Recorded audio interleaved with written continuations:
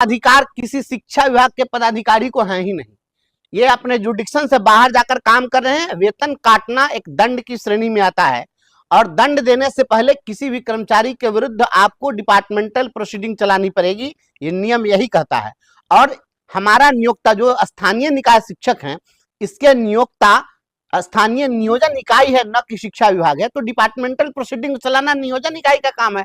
और आप बिना सो कॉज के पहले ही आपने तय कर दिया कि इसके लिए यह सजा होगी, ऐसा कुछ तो नहीं होता है।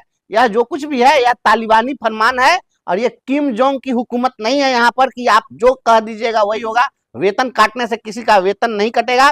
और जिन लोगों का वेतन अभी काट दिया गया है, नहीं दिया गया है, इस मामले को लेकर हम हाई कोर्ट जाएंगे। कोर्ट कचहरी इसी के लिए बना हुआ है और कोर्ट में हम ऐसे पदाधिकारियों के विरुद्ध कार्रवाई की भी मांग करेंगे और वेतन भी रिलीज कराएंगे। शिक्षकों के वेतन पर ये देखो, कानों में बड़ी देर तलक गूंज रहेगी, खामोश चट्टानों से जरा बोल के देखो।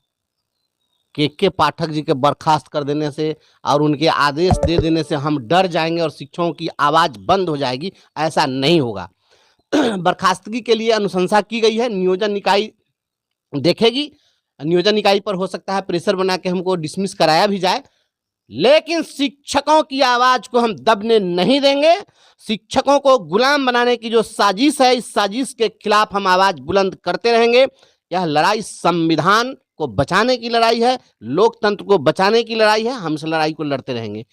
मैं यह कहना चाहता हूं, आप सभी लोग सोच रहे होंगे कि इनके इस आदेश और इस फरमान से मैं विचलित हो गया हूं या मैं डर गया हूं, तो मैं डरने वाला नहीं हूं। हम इसका पुरजोर प्रतिकार करते रहेंगे और ये निलंबन और बर्खास्तगी मैं पहले ही कह चुका हूं, इससे डरने वाले हम नहीं हैं। पूरा शिक्षक समाज हमारे साथ है और शिक्षक समाज जब हमारे साथ है तो मैं घबराता नहीं हूं। जो भी लड़ाई होगी इस लड़ाई को हम लड़ लेंगे। हम महाराणा संग्राम सिंह का इतिहास पढ़ाते हैं, जो इतिहास में हम पढ़ते हैं, उनको जब 80 जख्म लगे थे शरीर में, एक आंख चली गई थी, एक पैर चला गया था, लेकिन राणा सांगा ने कभी पीछे मुड़कर नहीं देखा और उस जख्म की हालत में भी लड़ने का काम किया। ये बहादुरों की मिट्टी है और ये शहीदों की मिट्टी है। हम अपने ऐसे ऐसे बलिदानियों को अपना आदर्श मानते हैं, इसलिए लड़ाई जारी रहेगी।